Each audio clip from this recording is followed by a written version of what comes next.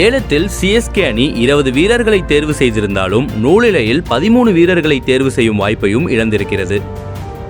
அந்த 13 வீரர்களும் சிஎஸ்கேக்கு கிடைத்திருந்தால் அணியின் தோற்றமே மாறி போயிருக்கும்.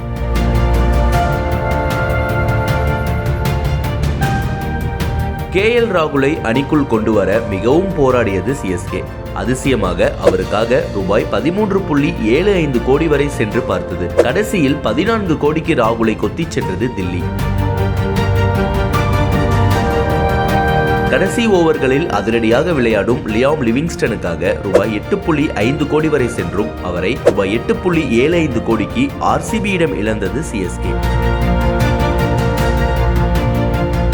சிஎஸ்கே தனது செல்லப்பிள்ளை தீபக் சகருக்காக ரூபாய் 9 கோடி வரை சென்று பார்த்தும் ரூபாய் 9.25 கோடிக்கு மும்பையிடம் இழந்தது.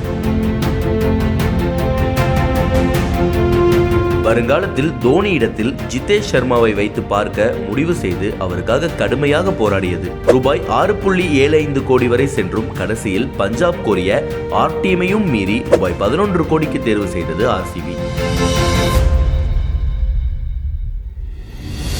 துஷார் தேஷ்பாண்டேவை மீண்டும் சிஎஸ்கேவுக்குள் இழுக்க 6.25 கோடி வரை முயற்சி இருந்தது. அதை விடவும் கூடுதலாக ரூபாய் 25 லட்சம் செலுத்தி துஷாரை தேர்வு செய்தது ராஜஸ்தான்.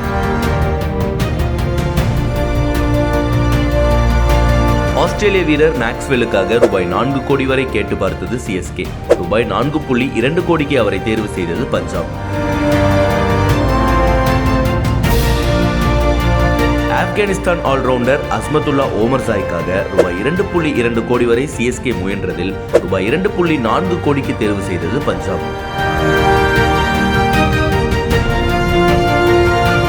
அதிரடி பேட்டர் அங்கிரிஷ் ரகுவன்ஷியை ரூபாய் 3 கோடிக்கு தேர்வு செய்தது KKR.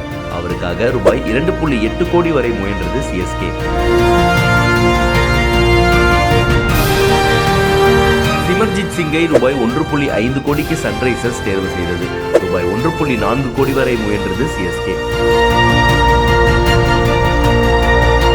இது தவிர ராபின் மின்ஸ், சமீர் ரிஸ்வி, குமார் குஷாக்ரா ஆகியோரையும் சொற்ப தொகைகளில் எதிரணிகளிடம் நூலிழையில் இழந்தது சிஎஸ்கே.